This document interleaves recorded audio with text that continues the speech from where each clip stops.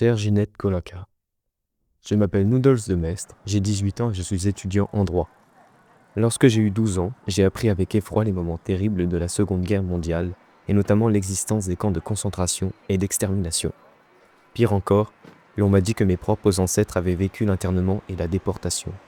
Ce fut un choc profond pour le préadolescent que j'étais. Mon nom de famille, de Mestre, est celui d'une grande famille romanie arrivée en France à la fin du 19e siècle. Bon nombre d'entre eux furent internés en France et déportés dans les camps nazis. Au total, entre 250 000 et 500 000 Roms et voyageurs furent exterminés en Europe. Un chiffre qui me glace le sang, tout comme les 6 millions de Juifs assassinés. Face à la montée des régimes autocratiques et des idées néo-nazis qui me débectent, et pour ne pas rester passif, je vais à la rencontre de rescapés de la Shoah afin qu'ils me racontent ce qu'ils se souviennent des Roms et des voyageurs dans les camps de concentration. Échanger avec vous, écouter votre voix, et votre histoire sera un honneur immense. Je serai impatient de vous rencontrer, en compagnie de Richie Thibault, descendant de rescapés voyageurs, et de Lys Wano, anthropologue. Bien sincèrement, Noodles de Mestre.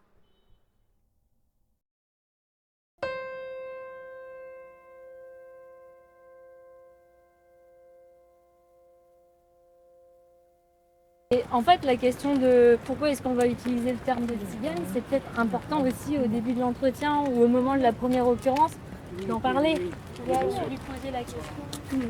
Parce qu'elle t'a dit que tzigane, c'est le terme qu'elle emploie. C'est le terme qui a toujours prévalu sur sa vie. Ça veut dire que le mot tzigane, c'est le terme la notion qu'elle a le plus entendu. Mais sur le génocide, parce que sur son enfance à Paris, par exemple, je pense qu'il y a peut-être d'autres mots qui étaient utilisés. Il faut lui poser la question. On va lui poser la question. Bien sûr. Comment ces gens-là étaient appelés? Les gens du voyage, par exemple. À l'époque, c'était pas gens du voyage. Elle dit souvent gens du voyage. Ah ouais. Grâce à ce témoignage que j'ai eu. Mais peut-être que elle l'a entendu dans les années 80-90, là où c'était la notion la plus utilisée. Ouais. Mais ce qui serait intéressant, c'est...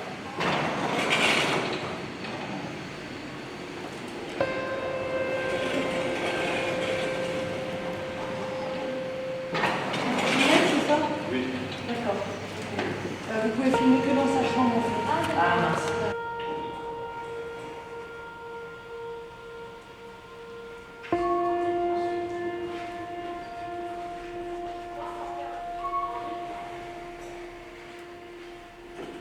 Du coup, comme on vous l'expliquait au début, avec Noodles, on est tous les deux des arrière-petits-enfants. Non, moi j'ai pas expliqué. Ce monsieur s'est pointé. Ouais, vous avez téléphoné, je sais plus. J'étais venu au mois de mars, la première fois. Oui, je me rappelle pas. On s'est contacté, puis et voilà. Il voulait des renseignements que j'ai jamais pu lui donner. Parce que moi, je connais rien de l'arrestation des Tziganes. J'ai vu leur disparition, c'est tout. Bien sûr, bien sûr. L'arrestation, je ne sais pas qui les a arrêtés, ni... Voilà, je sais que j'étais dans le camp, et quand j'étais dans le camp, j'étais un peu jalouse parce que les Tziganes avaient les enfants, les grands-parents, ils étaient en famille, alors que nous, on les a tués.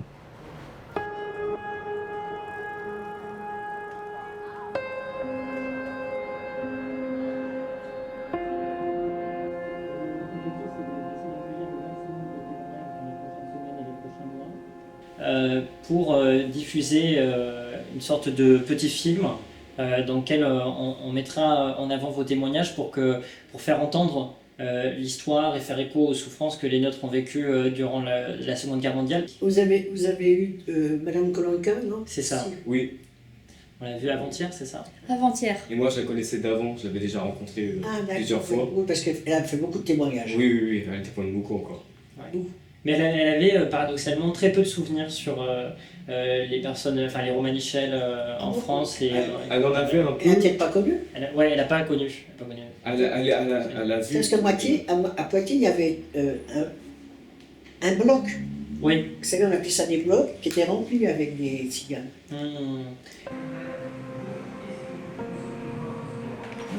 C'est 10 heures comme ça, personne ne passe.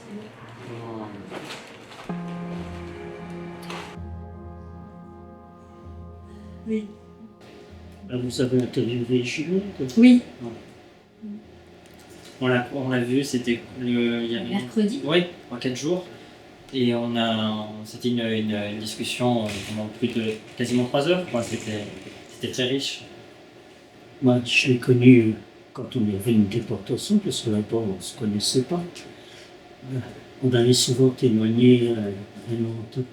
Hein? Et là, est-ce que vous voyez bien Frania ou pas? Oh là là là là, excusez-moi, c'est encore ça qui fait que de temps en temps, ça se... Bon, voilà.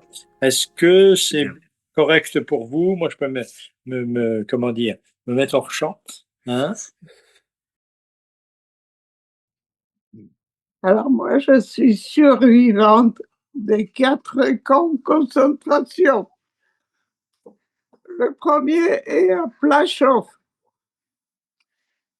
De Plaszow à Auschwitz, de Auschwitz à Flossenburg et de Flossenburg à Theresienstadt. Et ça a été terrible parce que quand nos alliés avançaient, ils nous ont mis dans des wagons à marchandises. Et il n'y a pas beaucoup de fenêtres. On respirait très mal, les gens se trouvaient mal. Et ça a été terrible.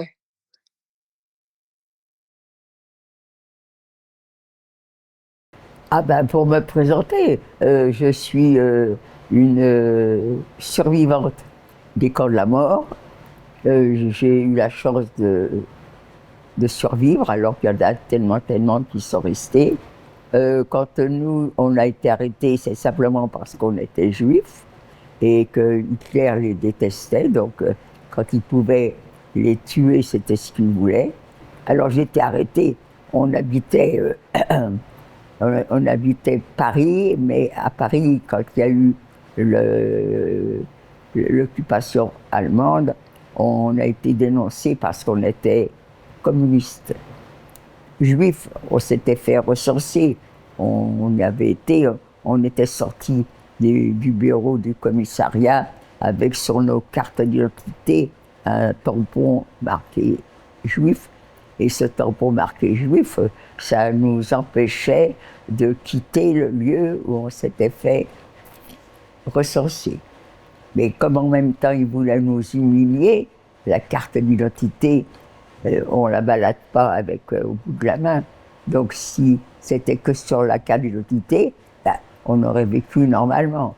Et comme ils voulaient nous humilier, ils nous ont obligés à porter une étoile en tissu jaune qui était cousue sur nos vêtements.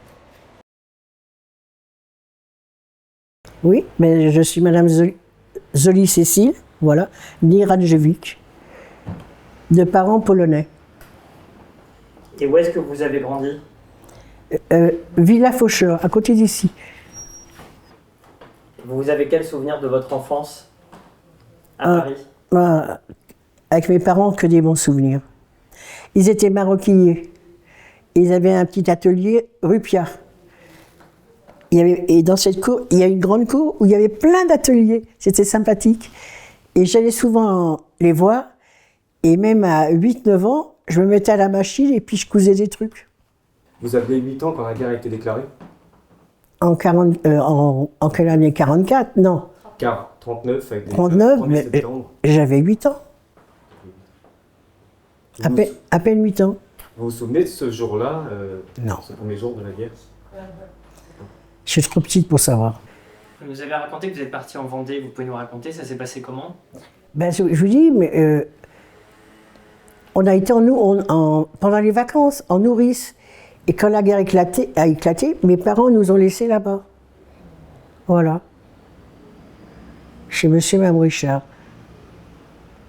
Et je me rappelle que quand je me suis mariée, avec mon mari, on a été chez Mme Richard pour notre voyage de noces, en Vendée, à Bouvant. Ils sont venus une fois en 40, et après c'était fini. Puisque mon père, malheureusement, il était il a été pris à la rave de 42, vous savez.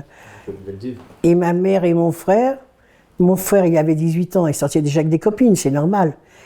Mais il n'a pas réalisé, il a laissé tomber, et elle les a dénoncés où ils se cachaient, ma mère et mon frère. C'est la copine de votre frère qui l'a dénoncé? Ah ouais. Ouais, parce que comme il l'avait quitté, elle s'est vengée. Je crois qu'elle s'est pas rendue compte de l'acte qu'elle faisait. Hein? Ça s'est passé comment alors, cette dénonciation? Et ce qui est bizarre, ce qui est malheureux, vous savez que c'est que la veille de notre arrestation à Vouvant, c'était le maire, il est venu prévenir, il s'appelait Richard, M. Barouichard. Il dit cachez vos enfants parce qu'on va venir les arrêter. Et eux, le temps qu'ils trouvent une cachette, ils étaient déjà là, les gendarmes. Au lieu de nous mettre dans les ouatières, ils avaient un immense jardin, on aurait pu aller n'importe où. Non, je sais pas, c'est bizarre. Je dis, lui, il a fait une crise, M. Richard.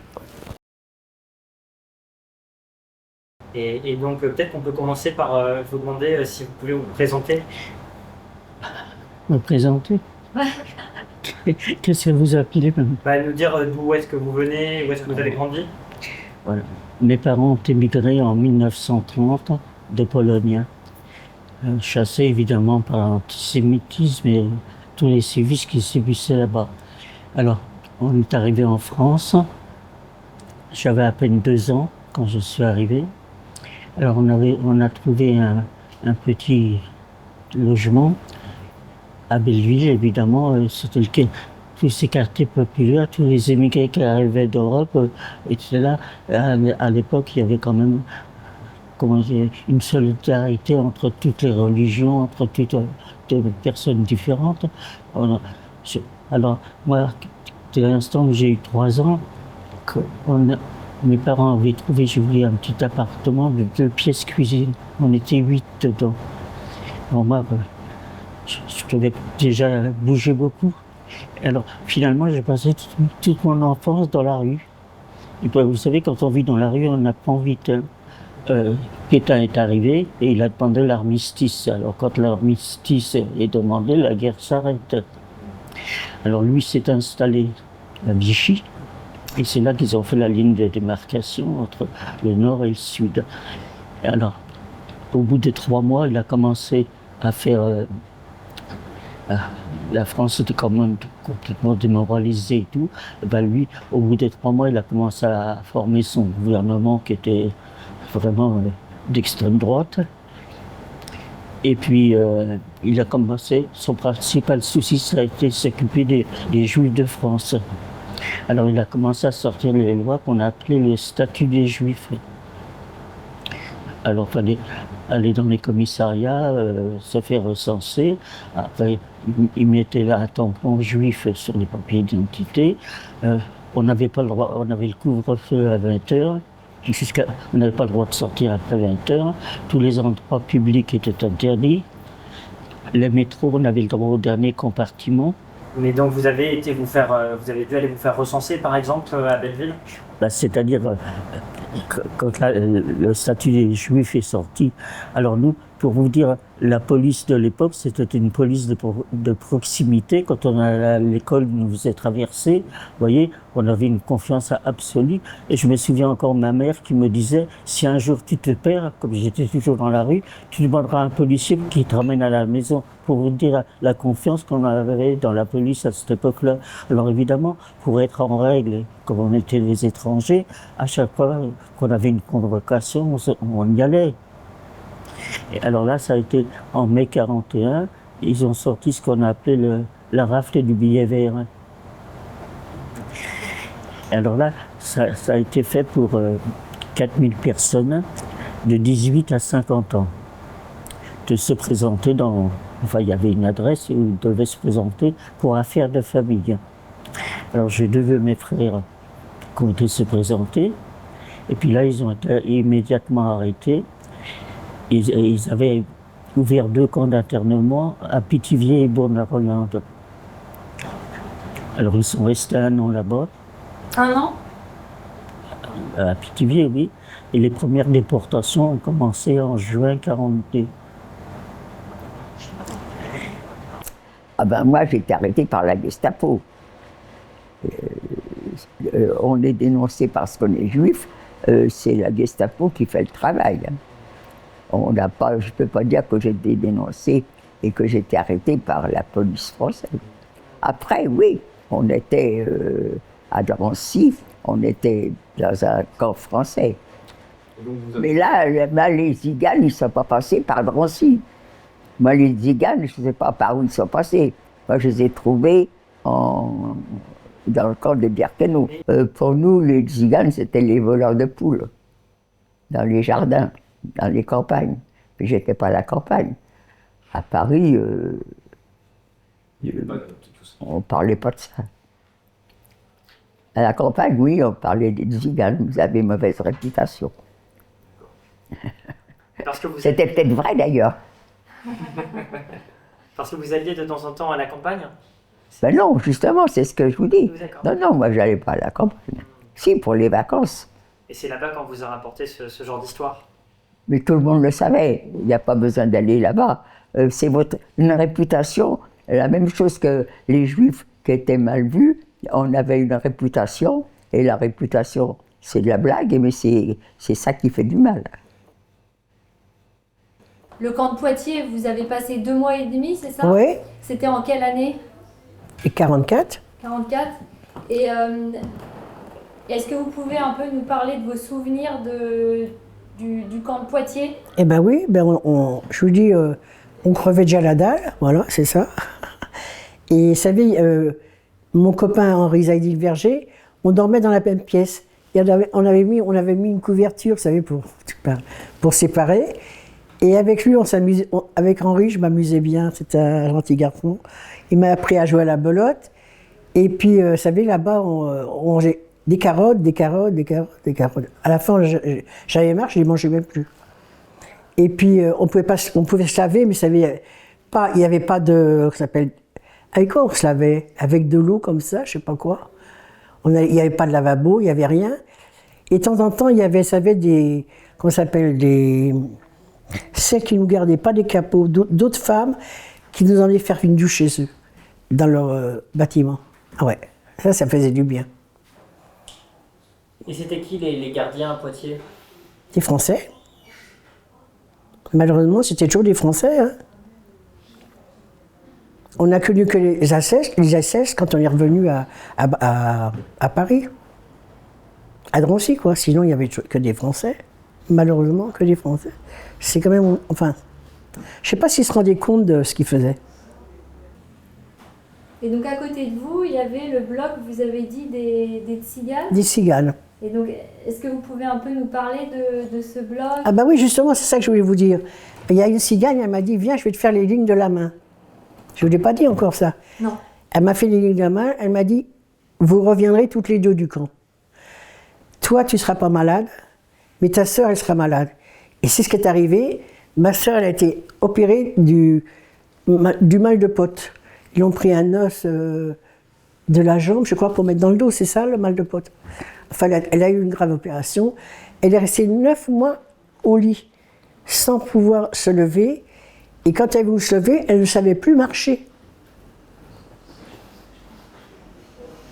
Ils l'ont réappris à marcher. Voilà, elle était gravement malade, ma sœur. Moi, j'ai eu de la chance. Alors, j'ai pris le métro. Et à la sortie du métro, j'avais un contrôle de police. Il y avait 2 policiers, un en uniforme et l'autre en civil, qui demandaient uniquement les papiers d'identité. C'était pas une rafle, c'était des contrôles. Et dans toutes les rues, hein, ils contrôlaient les papiers. Alors évidemment, ceux qui avaient les papiers en règle, ils passaient. Parce que depuis la rafle du Veldiv, il n'y a jamais eu de rafle. Il n'y a eu que des arrestations à domicile ou des dénonciations. Alors quand je suis arrivé à sortir du métro, il me demande ma carte d'identité. Ben, je dis, je viens d'avoir 15 ans, je n'ai pas de carte d'identité, c'est pas obligatoire. Hein. Alors il a commencé à me demander comment je m'appelais. Alors j'ai fait comme si je ne comprenais pas. Je n'ai pas répondu. Il m'a demandé où j'habitais, j'allais quand même pas lui dire où j'habitais. Alors il m'a dit, bah, puisque tu ne veux pas répondre, on va t'emmener au commissariat. Oh, il y avait juste la rue à traverser. une fois que j'étais au commissariat, évidemment, au bout de quelques temps, d'avoir été un peu secoué, j'ai fini par donner mon nom. Alors évidemment, comme ils avaient les fiches de recensement, je figurais pour être arrêté avec mes parents. Alors le soir, il y a un quart de police qui est arrivé. Alors on appelait ça à l'époque des paniers à salade, avec des cellules, enfin des cellules grillagées.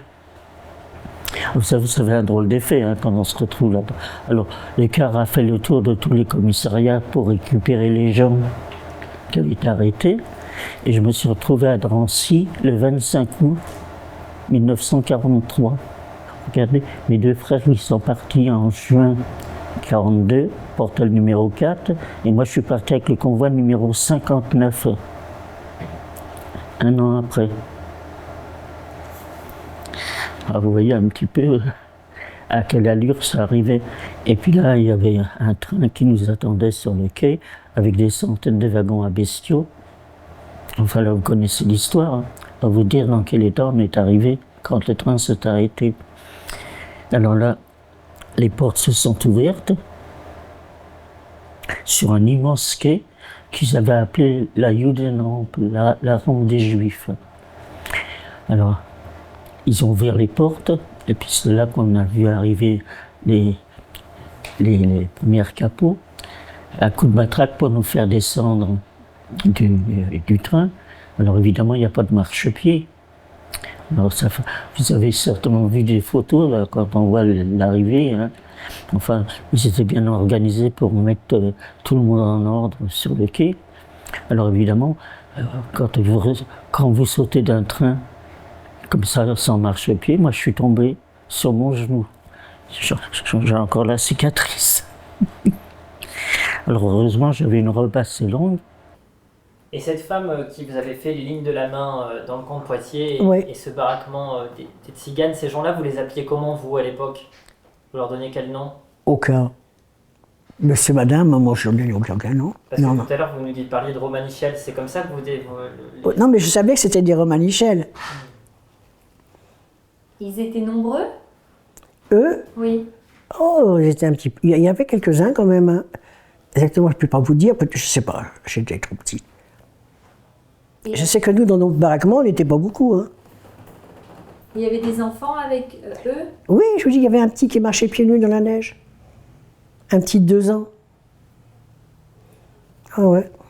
Il avait l'air d'avoir l'habitude, c'est ça. Hein, ouais. Parce qu'il neigeait, hein, c'était en hiver. C'était en hiver, hein, il y avait de la glace. Je ne sais pas si vous vous rappelez, non, vous êtes trop petit. L'hiver 44 a été très dur. Il a fait très froid. Et à quoi ça ressemblait le camp de Poitiers? Ben, c'était des baraquements comme ça, en longueur. C'est tout. Il y avait une grande cour. Et puis vous aviez des baraquements. Voilà, c'est pareil, il y avait 3 ou 4. Ouais. Il n'y a rien de spécial. Et on mangeait des carottes, vous avez dit, c'est ça? Oui. Et plusieurs fois par jour ou une seule fois Ah par jour? non, une fois le midi. Puis le soir, je pense qu'on avait une petite connerie, je sais pas, une petite soupe, je ne me rappelle plus. C'est loin tout ça, vous savez. C'est vrai, hein? Je ne sais pas si vous vous rendez compte, mais c'est très loin. Moi, j'étais à Birkenau. Heureusement, je ne suis pas resté trop longtemps. Racontez. Je ne suis pas resté trop longtemps dans ce monde. J'étais déporté, j'étais enfermé en 80.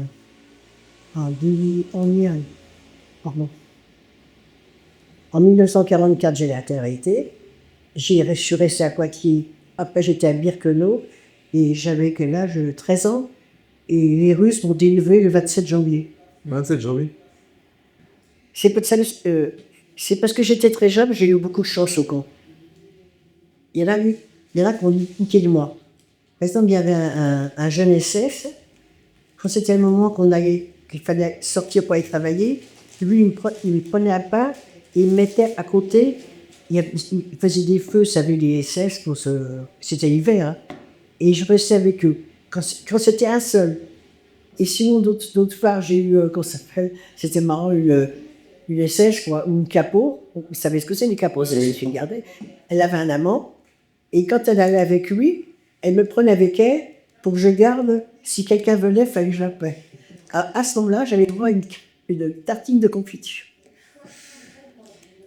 Et autre chose aussi, elle m'avait donné aussi un manteau de fourrure. Ça, c'était ma pète. Parce que c'était bien quand il n'était pas mouillé, mais quand il a neigé, mouillé. Ça gonflait? Ça sur le dos. Ok. Et vous pouviez pas le poser dans la baraque parce que sinon vous l'organisez comme on dit. Ouais. Et c'était quand même des salauds, ça m'est passé. C'est quand ils faisaient ce temps-là, quand il pleuvait là, quoi. Ils mettaient un seau devant la porte, il fallait tremper les pieds dedans. On n'était pas assez trempés, vous voyez. Et moi, j'étais gamine, j'ai pas voulu y aller, j'ai pas voulu. Elle m'a donné un coup dans le dos, là, la capot. J'étais valdassée tout loin que là-bas. Et après, je me suis trempé les deux pieds. Alors, il y avait un cirque qui est passé dans ma ville. Et ils n'avaient pas de musiciens. Donc, ils ont demandé à mon père de leur donner des musiciens. Et pour le remercier, il y avait une naissance de petits chiots. Donc, ils nous ont donné un bébé chien. Il y avait des biberons avec des bonbons. Moi, j'ai rempli, je jetais les bonbons, j'ai rempli du lait et mon petit bébé chien, il tétait.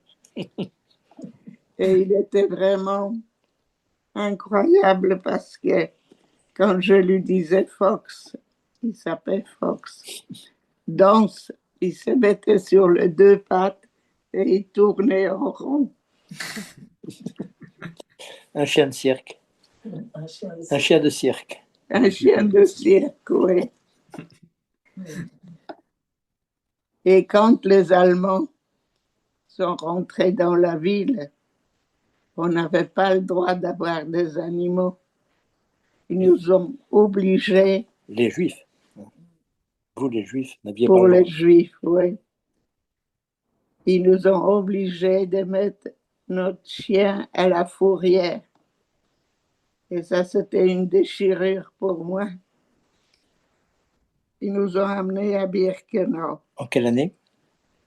En quelle année? Vous savez, on n'avait pas de calendrier. Mais je sais que c'était pénible. Et un jour, ils nous ont amenés en désinfection et en arrivant dans le camp, on avait vu le camp des Gitans. Alors, ils étaient avec les hommes, les femmes, avec les enfants. Mais le lendemain, il n'y avait plus personne. Alors, je ne sais pas qu'est-ce qu'ils sont devenus. Vous savez, j'étais jeune, hein, j'avais 14-15 ans. Vous pensez bien que je ne m'intéressais pas du tout à ce genre de politique.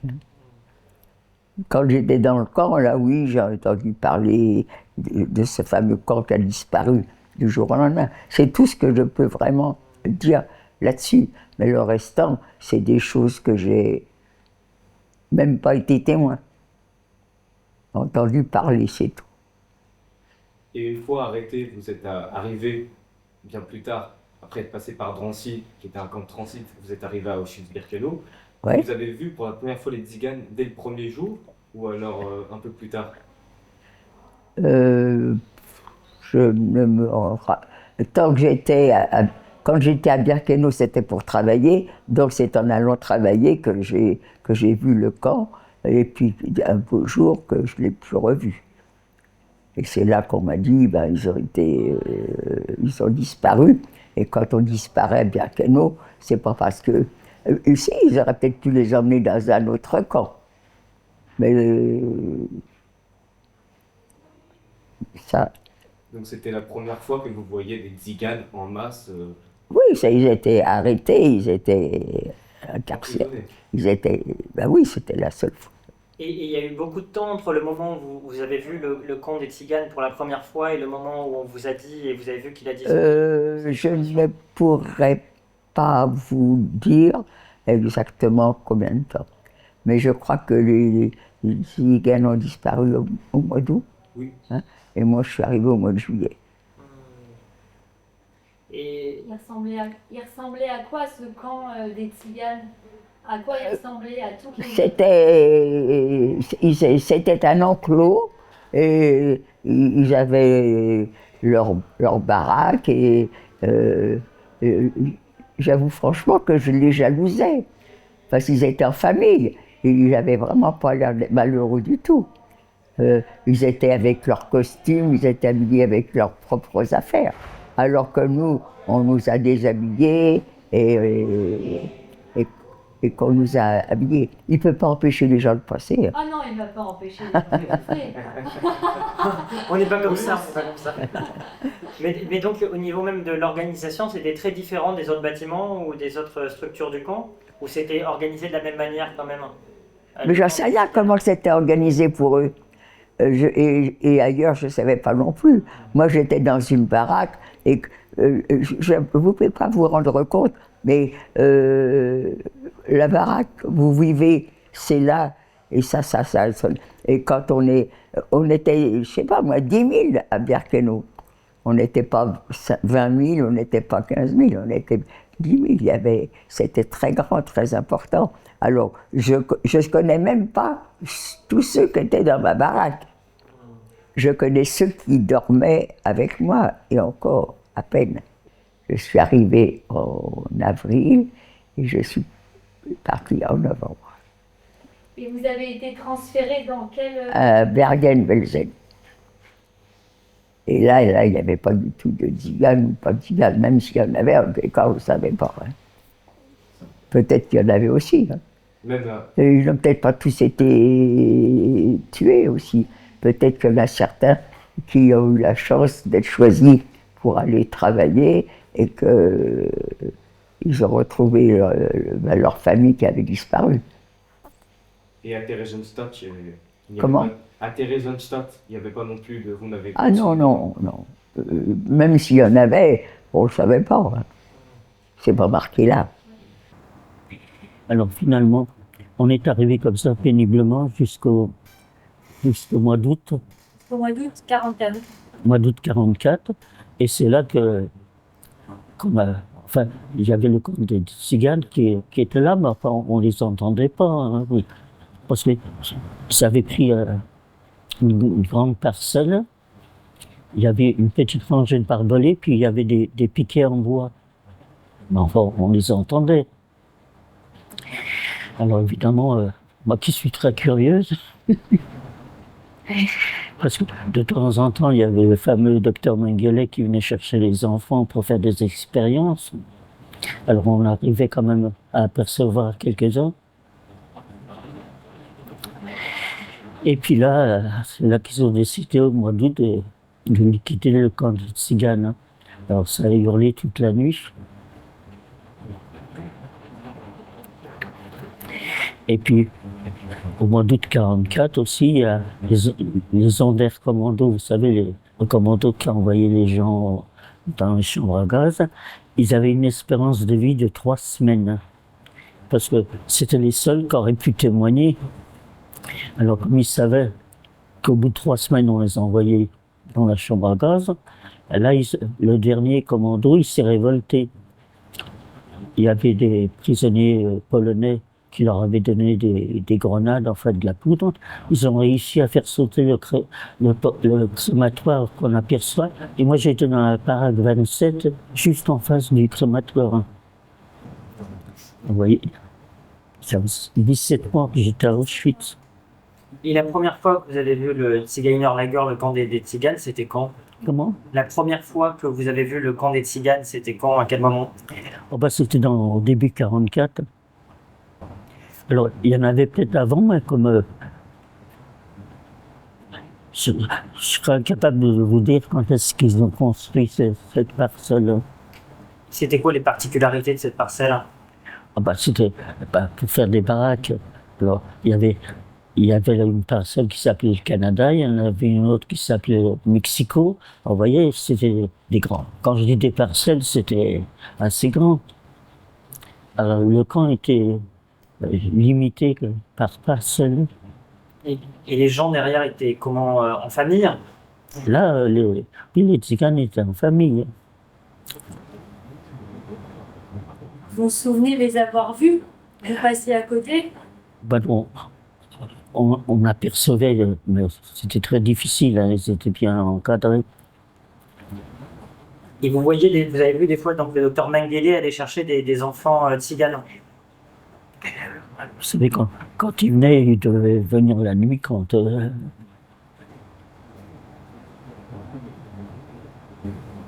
il y avait aussi le problème, là où on entendait crier, c'est quand il les ramenait, les enfants. Alors, il les balançait par-dessus les... Et on nous a dit que les gens qui étaient dans ce camp, ils avaient encore leurs habits. Ils avaient leurs habits. Ils n'avaient pas d'uniforme. Oh non, non, on n'a jamais eu d'uniforme. Quand on arrivait, quand on a laissé les bagages, tout ce qui était potable, qui était passé, il y avait quand même des gens qui avaient de l'argent, alors ça passait à la tenue de couture, à la désinfection, c'était envoyé en Allemagne.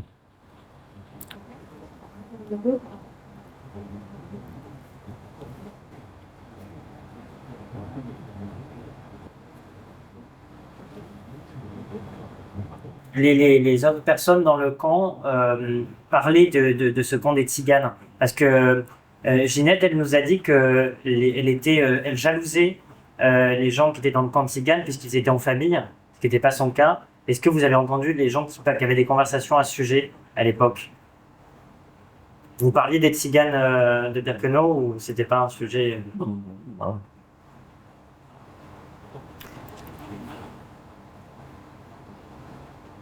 Mais est-ce que dans le cadre du travail de mémoire que vous faites, de témoignage au cours des années, au cours du temps, vous avez entendu parler soit les mentions de ce qu'ont vécu les Tziganes, ou croisé même des témoins Tziganes? Non. Moi-même, j'avoue franchement que j'en parle pas. Je raconte mon histoire du camp, mais je ne pense pas dire que peut-être que j'en ai parlé une fois ou deux, mais ça m'étonnerait. C'est pas mon histoire. Mon histoire, c'est les Juifs et les nazis. Vous, c'est autre chose. Hein. Vous, c'est les Tziganes et les nazis. Et moi, je pense que c'est en cherchant, en fouillant dans les archives d'Allemagne, que vous trouverez les renseignements que vous voulez. Parce que ça, c'est sûr. Vous savez, il y avait des archives sur tout. C'est sûr. Vous n'avez pas, il n'y a pas un cimetière où, par exemple, à Bagneux, il y a le quartier juif. Oui. Est-ce qu'il y a un quartier tzigane? En France, non. Alors, où sont vos morts? Vos ancêtres, vos grands-parents, c'est pas vieux, ou vos arrière-grands-parents, ceux que vous avez connus, oui. Où est-ce qu'ils sont enterrés? Dans des cimetières communaux qui sont... Ah oui, il n'y a pas de quartier spécifique. Tandis que nous, on a un quartier spécifique juif. Et vous pensez que ce serait important que cette histoire elle soit approfondie justement de ce qu'ont vécu... Pour moi, non. Et pour vous, peut-être. Pour vos héritiers, pour vos... Et encore, est-ce que vos enfants, vos petits-enfants s'intéressent? Si vous leur en parlez, ils s'y intéresseront. Et si vous ne leur en parlez pas, ils ne sauront pas. Peut-être l'école. On ne parle pas. Non, pas du tout. Moi, j'ai jamais entendu parler, personnellement, pas tant attention, je ne sais pas comment les professeurs parlent à leurs élèves, mais il n'y a jamais eu pour moi, j'ai jamais entendu une seule fois un professeur qui m'a parlé des Tziganes. Après, oui. Moi, alors peut-être que eux, on parle à leurs élèves, Et puis à moi, ils n'en parlent pas. Puisqu'il y a un point commun tout de même, c'est que c'est un génocide qui a été subi par les Juifs Oui, et les Tziganes par les nazis. oui, oui, exactement, exactement. Mais si on a parlé des Juifs, c'est parce que certaines personnes ont mis ça à l'air. Donc vous êtes Tzigane, si personne ne met ce sujet à l'air, eh bien, on n'en parle pas. Et donc cette nuit, vous pouvez nous la raconter un peu plus? C'était comment? C'est quoi les souvenirs que vous en avez? C'est que en pleine nuit, c'était au mois d'août, il faisait très chaud, les fenêtres de baraque étaient ouvertes, on a entendu hurler. On ne peut pas dire qu'on a vu, on les a entendus. Et Vous puis, étiez loin? les chefs de bloc, elles avaient reçu des consignes de fermer les portes pour pas qu'on sorte. Cette nuit-là? Oui, Donc il y avait beaucoup de hurlements toute la nuit. bien sûr, vous savez, il y avait quand même 7000 personnes. Hein.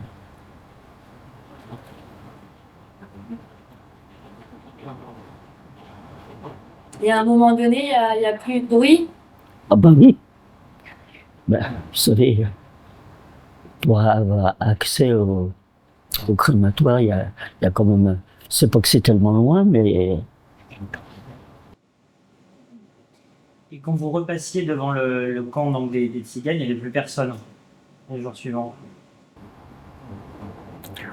On s'en est douté, vous savez, quand on a entendu les cris toute la nuit. Hein.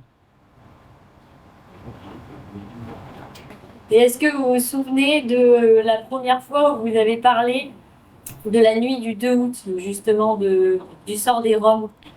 C'est-à-dire que quand j'ai commencé à témoigner, j'en ai parlé tout de suite.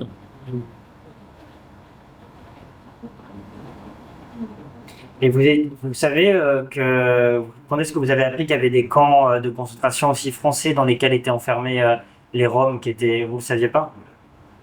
Enfin, c'était des camps comme... Pithiviers, Melun-Roland, juste à côté, dans le Loiret, par exemple, il y avait le camp de Jargeau. Et dans le camp de Jargeau... Il y avait mon arrière-grand-mère.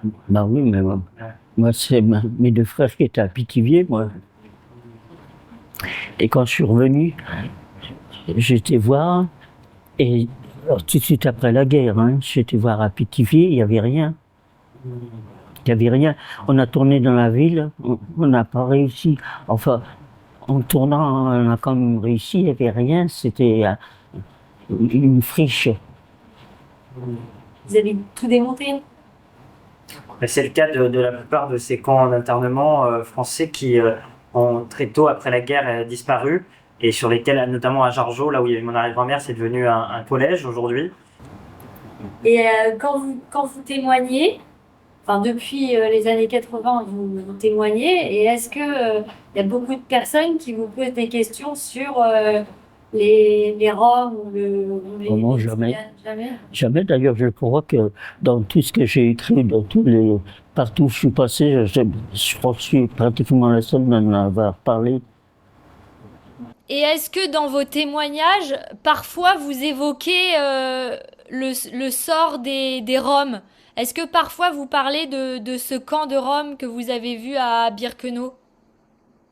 Vous savez, moi, je pense que c'est des Roms qui doivent parler pour eux.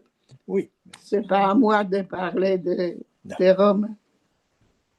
J'ai assez parlé de Juifs. Non, mais à chaque fois, j'ai entendu. Ça n'empêche que moi, je t'ai entendu plusieurs fois évoquer toutes les communautés qui ont été victimes du nazisme, pas seulement les Juifs, les homosexuels, les opposants politiques, etc. Oui, oui.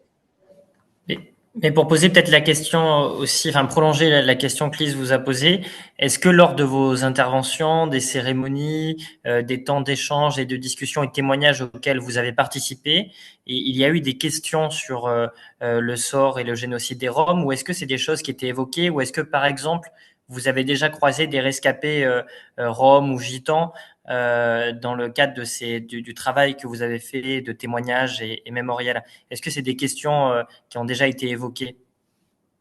Écoutez, moi, je pense que les Roms, ils sont assez nombreux pour qu'ils se défendent eux-mêmes. Oui. Moi, je parle des Juifs. Oui. Donc, voilà. Oui, il n'y a pas si longtemps, j'avais des travaux sur ma maison et j'ai connu un Rome qui s'appelait Mickey, mais c'était un sacré homme d'affaires. Oui, mais bon, ça n'a peut-être pas de lien avec les camps. Un peu de...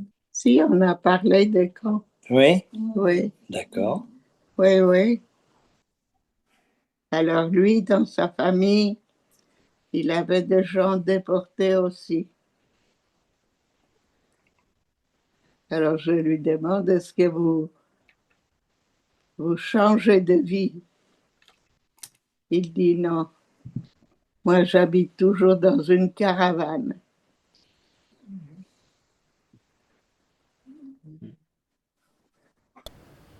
Je pense toujours à ce petit gosse qui marchait dans la neige, c'est incroyable.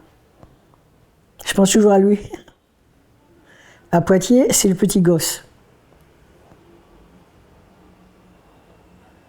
C'était un hiver froid, 44. Je sais pas si le marque dans le truc, mais c'était un hiver très froid. Est-ce que parfois vous n'avez pas l'impression que beaucoup de gens aimeraient que ces histoires soient oubliées? Mais vous savez, dans mon entourage, maintenant je vois plus de copains puisqu'ils sont morts, mais malheureusement. J'avais des copains, des copines qui sont morts, donc je suis seulement avec ma famille. Avec ma famille, on n'en parle pas beaucoup. Si, ma petite fille Justine, une fois elle est venue, puis elle m'a dit « Mimi, raconte-moi un peu le camp ». La plus jeune des deux, mais il y a longtemps, hein. Elle avait peut-être 18 ans, elle a 42 maintenant. Elle a voulu savoir, Justine. Et encore maintenant, vous ne voulez pas écrire un livre? À quoi ça servira? Pour qu'il y ait une transmission du témoignage. Vous savez, des fois, parfois, les enfants aiment lire. Même à l'adolescence, moi j'ai particulièrement aimé lire des livres sur la guerre. Quand est-ce que vous avez su que votre maman avait été déportée en grandissant? Est-ce que vous l'avez toujours su ou Alors, pas? moi j'ai toujours su parce que déjà il y a son tatouage sur le bras, donc à un moment donné ça interpelle, donc on demande pourquoi, donc ma mère m'a répondu. Mais jusqu'à un certain temps, en fait, ma maman n'a pas voulu en parler, je pense que c'était trop proche, comme beaucoup de déportés qui ont attendu longtemps avant que la parole ne se libère. Donc moi j'ai su que m'avait été déportée, truc, mais moi elle ne m'en a pas parlé. Et c'est avec mes petites filles, mes filles à moi, quand elles sont devenues à l'adolescence, si je ne me trompe pas. Et là, elles ont posé des questions à leur grand-mère. Et ma mère a accepté de libérer la parole sur cet événement dramatique. Mais moi, et je sais que toute la génération, ma génération, qui ont eu des mamans et des papas déportés, ne l'ont pas su. C'est comme Simone Veil, par exemple, qui maman, voilà. Et aujourd'hui, nous, on est plusieurs descendants, mais aussi rescapés du génocide qu'ont vécu les personnes romanies voyageuses en France, qui demandent à ce que ce soit reconnu enfin 80 ans après, puisque les derniers à être sortis des camps chez nous, c'était le 1er juin 1946, plus de 2 ans après la libération en France, et les autorités françaises, la République française, refusent toujours de reconnaître cette histoire et de la qualifier comme génocide. Qu'est-ce que ça vous évoque, ça, ce refus de reconnaissance? De toute façon, vous savez, la reconnaissance qu'on a eue, nous, c'est en 95 avec Chirac.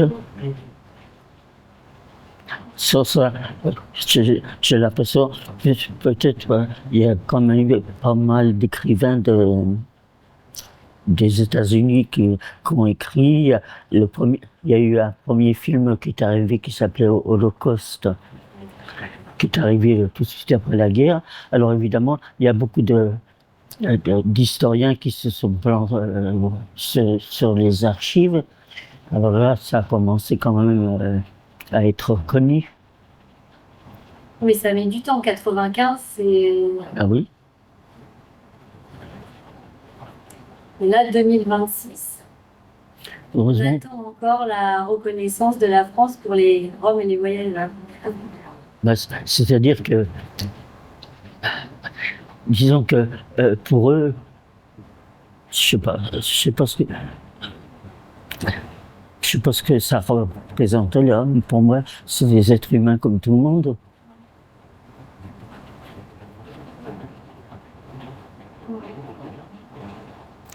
Puis, c'est-à-dire, vous savez, quand il y a une réputation qui est faite, elle est toujours amplifiée. Même après tant de temps, même après tant de témoignages, il y a encore des gens qui sont dans le déni vis-à-vis de cette histoire. Et pour nous, c'est important que vous puissiez... Oui, mais je comprends que savoir que ce qui se dit sur vous n'est pas vrai, ça vous rassure de savoir quand même qu'il y a eu un témoin. Tout à fait. Qui l'a fait, qui l'a vu. Nous, on aimerait que, par exemple, cette nuit durant laquelle tous les... Alors ça ne me gêne pas. On a rencontré Ginette Kolinka et elle nous a dit qu'elle avait vu nos ex-grands-parents dans le camp de Birkenau. Je peux l'écrire dans toutes les langues. Hein.